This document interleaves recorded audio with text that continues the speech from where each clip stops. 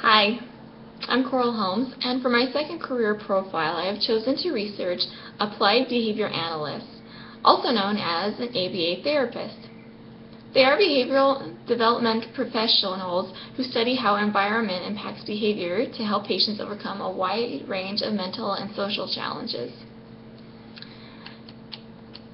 Now, I've mentioned before I work in a school district, and I actually have met an ABA therapist for myself. In fact, my one-on-one student that I help is an autistic student who has his own ABA therapist, and she was the one who introduced this career to me, and I thought it was very interesting, and I remembered it for the second career profile and looked it up and realized that it fits in quite well with it, so I was really excited. I think her job's really interesting. Now, a typical working environment for an ABA therapist is that there are many different organizations that hire ABA therapists. You can go online and type in ABA therapist, and there's multiple companies that you can look into hiring one of your own if you need it. Some are small and some are quite large, actually depending on the demand for them in the area.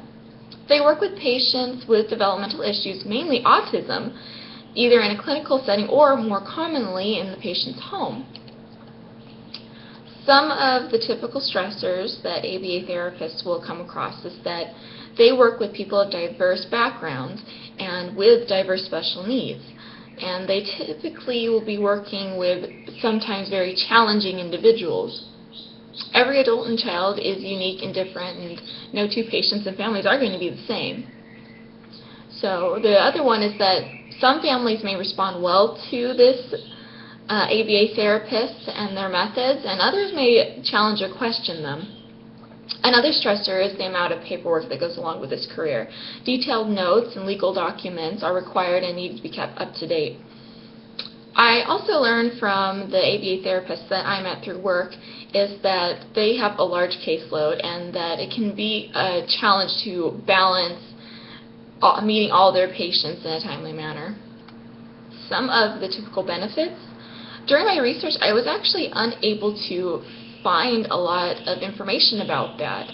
Now, I worked in a school district, and so I do know that if they ever need an ABA therapist in the districts, that they will give them good health care and retirement.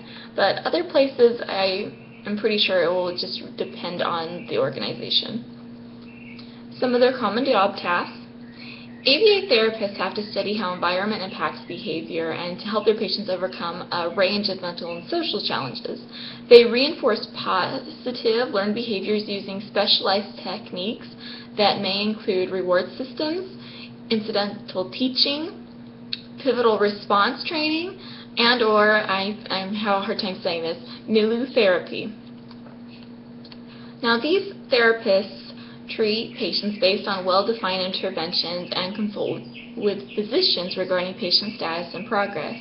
They must maintain updated knowledge on instruction of the ABA behavior management and techniques applied to the patient population. ABA therapists must also perform behavior analyst assessments and evaluations of patients, record objectives of planned intervention, and help maintain the patient's progress. The educational requirements for this career is that a minimum of a bachelor's degree in psychology or a related field, but it can vary according to employer.